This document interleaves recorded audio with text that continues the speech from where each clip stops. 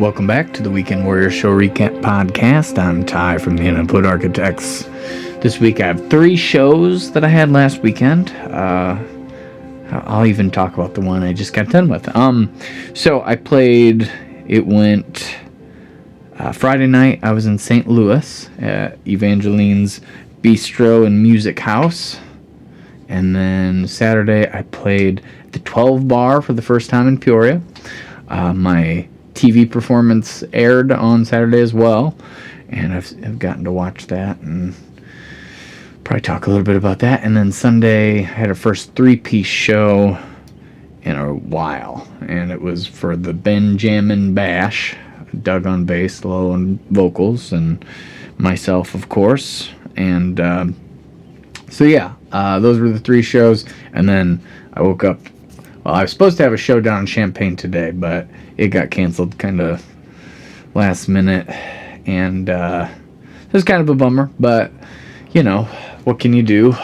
I picked up a show this morning. It was just a charity thing, but it turned out to be kind of interesting, but I'll get to that kind of down the line. And, okay, so St. Louis, long drive. Last time I played there during the day, and it was like a 2-hour set, kind of brunch type show. So this was definitely not the same vibe or feel. There were really 4 performances. I want to say bands, but it was a solo guy, kind of similar to me, and then after me there was a duo, and then there was a full band, but didn't really see the full band too much. Anyhow, so it was Cody James, I believe, was the guy who opened up the show. Really solid performer, good songwriter, and he was a fun guy to talk to. I kind of hope at some point I can get him on the podcast. But anyway, he started us off, and I don't know, it was just nice to show up to a venue and everybody just be kind of excited to be in a new place and excited to be with some like-minded people.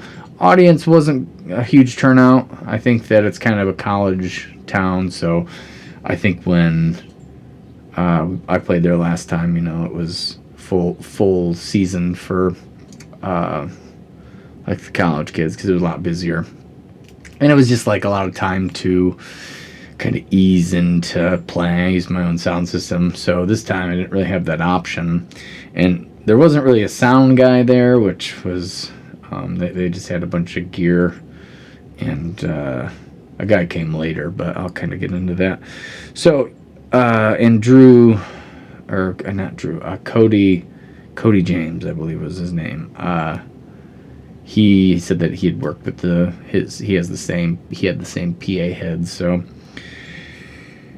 he thought he would be able to figure it out, and we kind of got it going. Turns out, for both his and half of my performance, the mains weren't even turned on, so that was a little bit weird. But, you know, it was really loud on stage, but it was pretty tolerable, I think, for the crowd, and that was probably good. And for him, you know, I felt like it was kind of like just like a coffee house vibe, kind of pretty chill, laid back, had some kind of, he played electric and sang, did some just kind of jazzy, kind of groovy stuff, and great guitar player. And then I did my set. My set was an hour. I did most of the originals. I threw a couple covers in there, but, you know, since I traveled all that way, and not a huge payday or anything, and gas is $5 a gallon now, so that's pretty awesome. But I don't know. It just didn't quite sound great. You know, I didn't have, just wasn't real comfortable. But I made it work. You know, I think I adapted enough to be fine. There was a point where the guy that was kind of like the owner of the place, I think, came in and he was like, "Oh, the mains aren't even turned on," and he adjusted some stuff in the middle, and it made it like really hard for me to, because it was, you know, it was just in the middle of a song. I didn't really check anything. Like it probably sounded okay out front in the beginning, even though we weren't using the mains, just because the monitors were pretty hot and kept it laid back. And they actually mic'd them and then put a speaker outside, which was kind of an interesting way to do it. But yeah, it was not my best performance, but you know, I don't know. It was a little bit of a bummer, but it wasn't like a huge crowd, and I sounded okay. Like I wasn't like, you know, deafening or anything, or people weren't covering their ears or nothing, but I just didn't feel like it was the best of my abilities. And then the band after me, so after I realized, you know, I should mess with the mixer probably a little bit more, I kind of dialed them in. And they were great before I did anything, but then I feel like I made it sound pretty cool. Because I've had that similar mixer in the past, and I just thought, I guess, the guy that opened, I thought that he probably knew what he was doing, and I should have spent the time that I spent on the next band doing their sound. I should have spent it on mine as well, but I didn't. I just got everything kind of plugged in and okay enough, but I'm not taking away from them. I mean, they just were real tight. It was just a two-piece, and really solid vocalist, and the lead guitar player did some really cool, interesting stuff, and they were pretty much like a plug and play. So I mean, not a lot of pedals or anything. So it was just like all natural, all raw talent, and that was Cody. And Cody and the, I'll have to look those up and put them in the description because I can never remember anybody's name, I guess. I'll pull it up on my computer here. So I'll get back to that once I find the names out for everybody. But, and then, so, you know, it was a long night. I didn't get back till about 3:30. And then the next night, I had that TV thing that I did, and I was all excited about that, but I didn't get to watch it because I had a show, and I had a show at it's called the 12 Bar in Peoria. So it's a pretty cool spot. It's on the top of it's a third-story roof, and you know, had a pretty cool view and this fire grill thing, and seemed like really good food. I wish I would have had, like, they had some burgers there that looked very delicious. So I kind of wish I would have taken advantage of that, but I did not. I should have maybe. And I'll get to why I'm tired here in a few minutes. But anyway, so I don't know. It's like I made decent tips, but it's so I felt like I must have sounded good, but I wasn't getting a lot of feedback from the crowd. It was I don't know. I just felt like I couldn't quite, you know, I had people in my breaks come up and talk to me and be like, oh, you sound really good and stuff, but I wasn't as much of a call and response kind of show as maybe I'm used to, or what I like ideally. And sorry, I'm pulling this up for the names of the other bands, but you know, it was a cool spot. It was a nice night. A couple people I knew came out, and a couple people I didn't that seemed into what I was doing, and you know, really can't complain about anything. It was a fun show. I mean, it was different. That's definitely for sure. I think sometimes that's all you need to be excited about something, is just have something be a little bit different. And playing on the rooftop on a nice night outside, it's definitely different.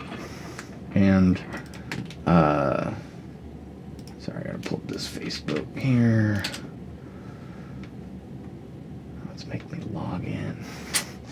Alright, well, it's gonna take me a second. My apologies here while I look this up.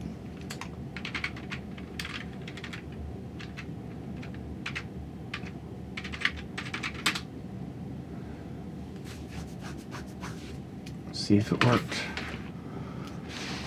I don't even remember my password on Facebook. But anyway, so other than that, it was a pretty straightforward show. It was just like carrying the stuff up the elevator and down the elevator was a little bit tedious, but you know, I made them all in one trip. But it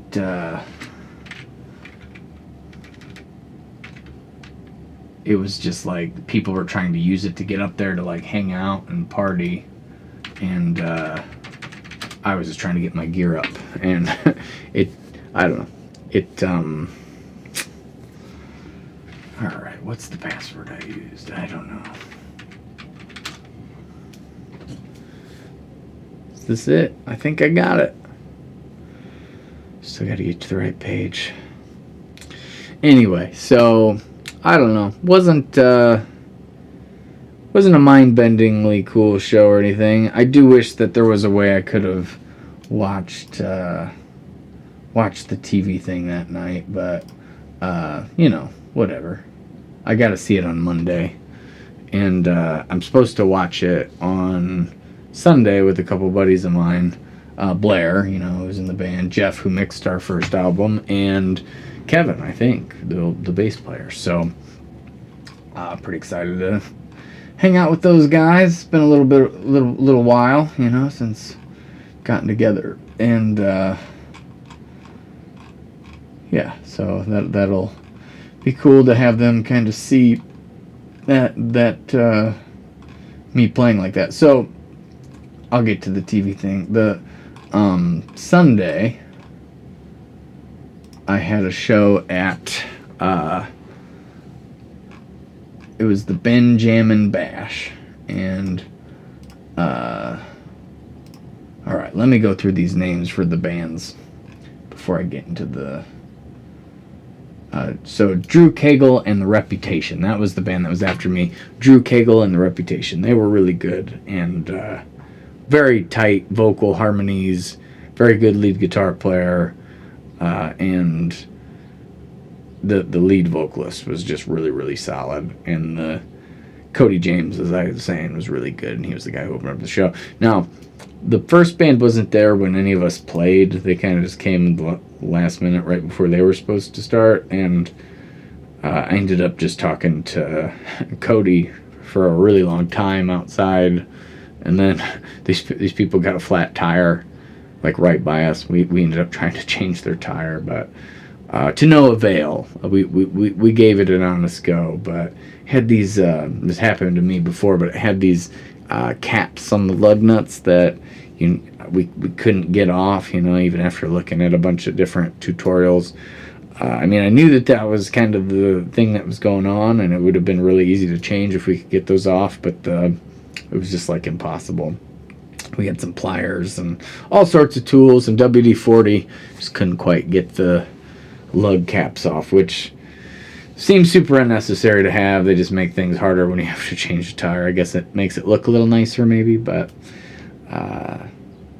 yeah, it was cool just talking with Cody, who seems like a pretty like-minded musician and doing kind of a similar thing that I am doing, and exchanging ideas on stuff is always good, and just kind of nice to relate with somebody like that. But so that, jumping forward here, so I just wanted to make sure I gave Drew Cagle and The Reputation the credit they deserve, because they were really, really good. And if you I think they're based out of the Champaign area, so if you're in that area and you see that name, Drew Cagle and The Reputation, be sure to go out and see them, because they were really, really good. And the other guy, Cody James, from Oshkosh, Wisconsin, so he drove quite a ways to get there.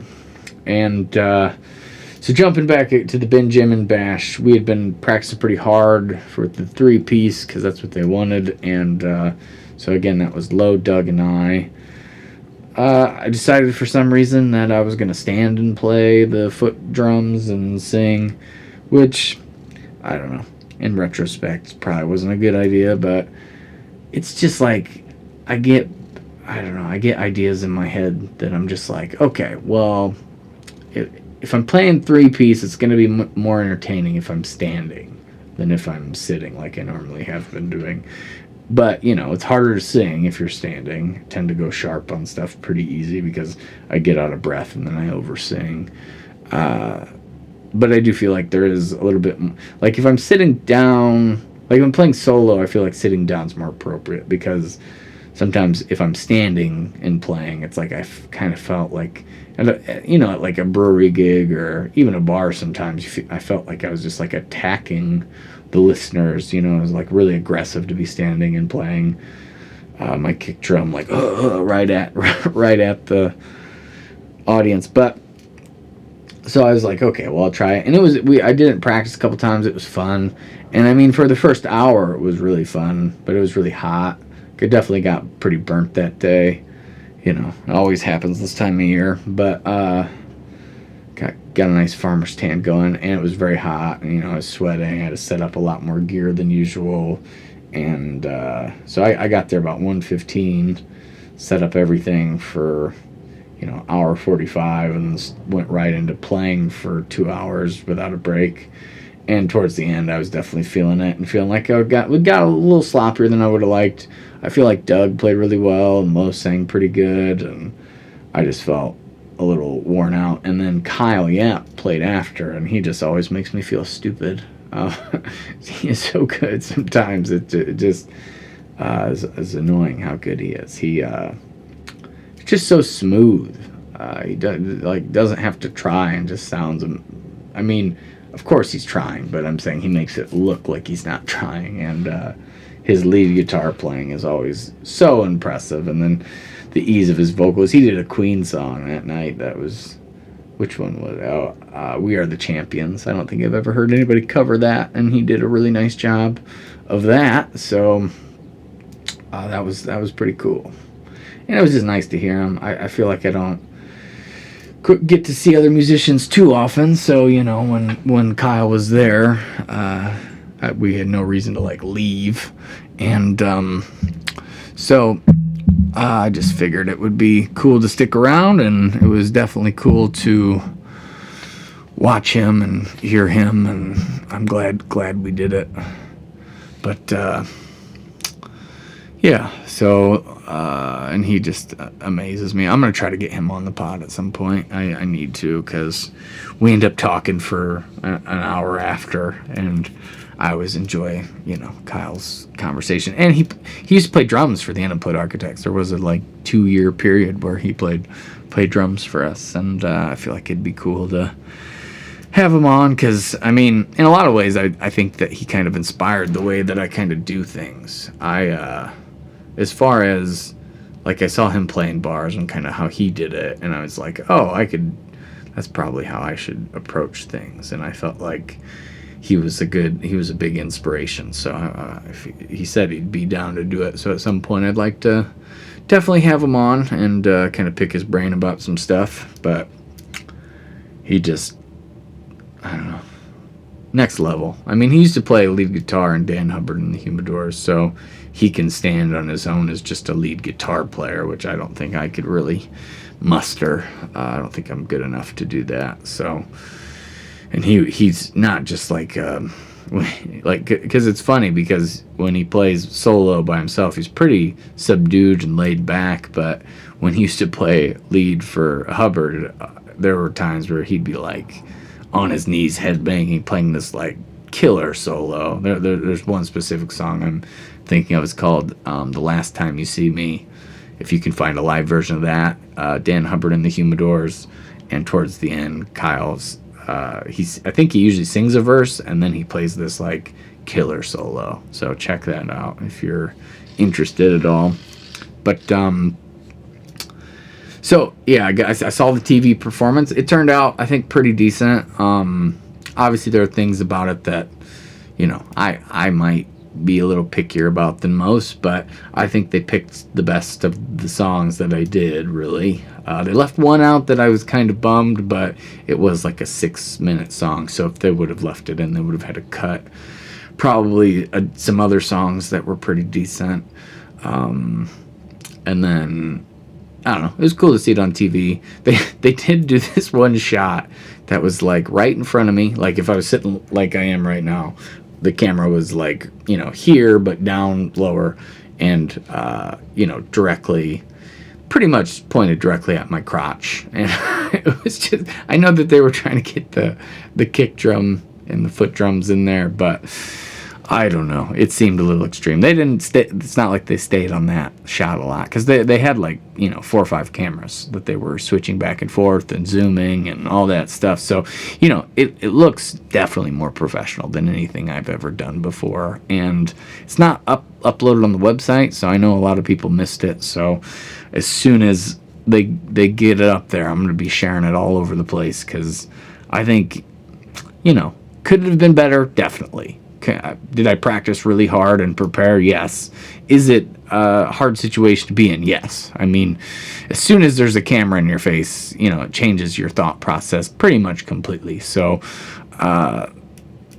that being said, it's really at that point when there's a crowd and a bunch of professional looking cameras in your face, it's really just about managing your adrenaline. And no, I didn't do a perfect job, but it was the best I think I've done so far in that kind of situation. So I think there's some definite ones that really stick out that are good, and there's none that are like too cringy. So I'm excited to be showing people those when they get posted.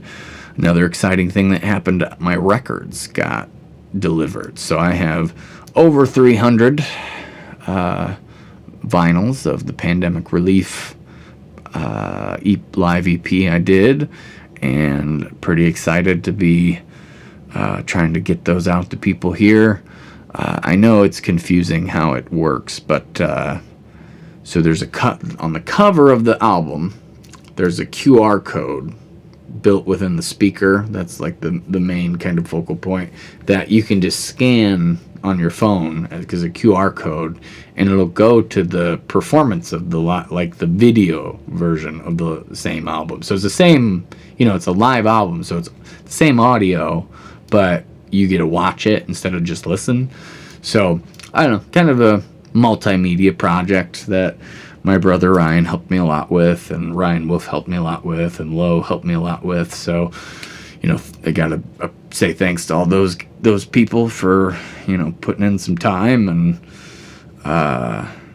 it's exciting. I've never heard myself on legitimate vinyl, so it's pretty cool. I can't wait to get it over at Waiting Room, and I'll have it at my shows, and I don't know, lots of fun, exciting things. But then once all these things come to an end, then it's like I gotta figure out the next thing.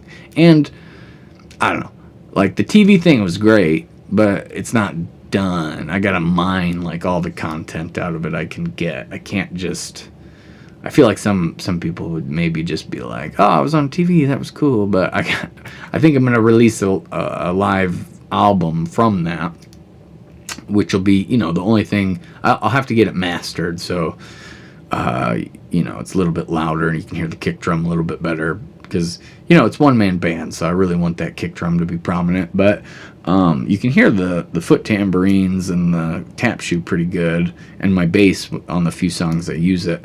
But the overall volume needs to, if it's going to be an album, I want the volume to be up. So I'll have to take it to the studio, and I'll probably refine it down to, maybe 10, 12 songs, something like that, between the 2 episodes. And so that'll be exciting, but a lot of work. And then I'm going to be eventually posting those as videos as well on YouTube. So a lot more work on that to come, but it'll get some cool content out of it ultimately. And the record thing is just kind of selling them now. So yeah, I don't know. It's just like a lot of cool stuff kind of all at once. So it sounds like I'm going to have a radio interview next week, because I have a Wednesday show, kind of afternoon show. So I was going to get to why I'm so tired. I was kind of already went through this. I know I backtrack so much. It's so annoying. But I said this earlier. Okay, so I just didn't finish my thought. I had a show booked today for the nighttime show, and they canceled on me kind of last minute, and couldn't really get a filler. They asked me to do this charity event, and morning time, so I got up at like 7 a.m. and I probably went to bed at like maybe 3 or 4. So, you know, that's why I look so tired, because I've on 3 or 4 hours of sleep. But, you know, I'm going to take a nice long nap. And then I got farmer's market tomorrow morning, and Cadillac Jacks, which, you know, kind of unbeknownst to me before, is going to be my record release, official record release party. So I'll be having those records there to give out. So, but anyway, the show this morning was just kind of a last minute thing, and I don't know. I didn't really know what to expect, but it was a special needs school that they do like this thing once a year or once every couple of years, where people donate a bunch of stuff and then they sell it for donations to kind of put towards the school. And so I played for about 3 hours this morning, so I'm pretty beat. I'm tired, not enough sleep, definitely got more sunburn. I don't know how much you can even tell on the video there, but definitely a little red. There you go. There, that's how you can tell. Ooh, there's real good. Yeah, I got some major burnage going on. Because I haven't went out and bought sunblock for some reason yet.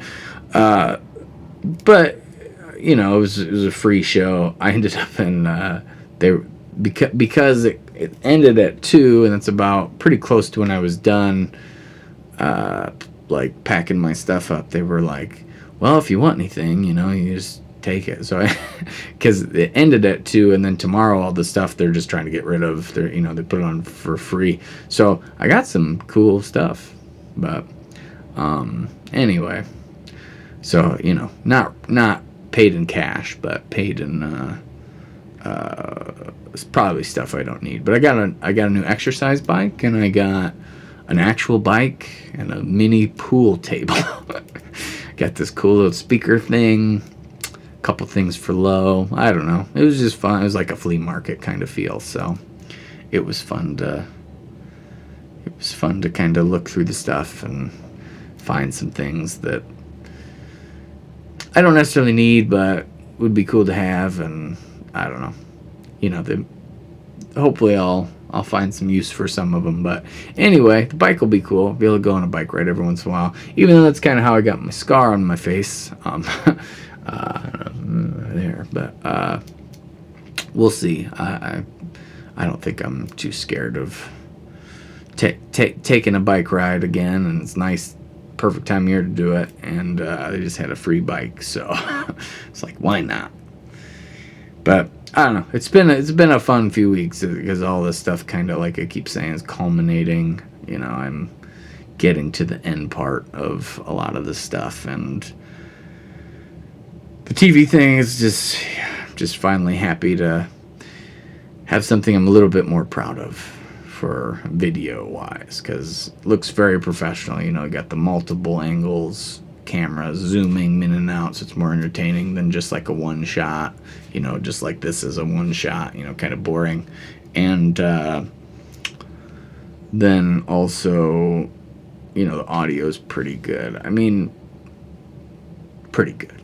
I won't say great, but better than average for me. So all in all, been a crazy few weeks. You know, the week before I was in Iowa, then Michigan, and last week in St. Louis, and then Peoria. You know, it's been kind of all over the place. But after the Saturday show in Peoria, I had Bloomington this morning, and 2 Bloomington shows tomorrow. So a little bit more chill. Plus I got the records, got the TV thing. It's just been cool. So anyway, I'll be talking about the farmer's market and my record release at Cadillac Jacks tomorrow night. Next time, as always, I appreciate anybody who takes the time to listen, and I will talk to you next time. All right, have a good one. Bye.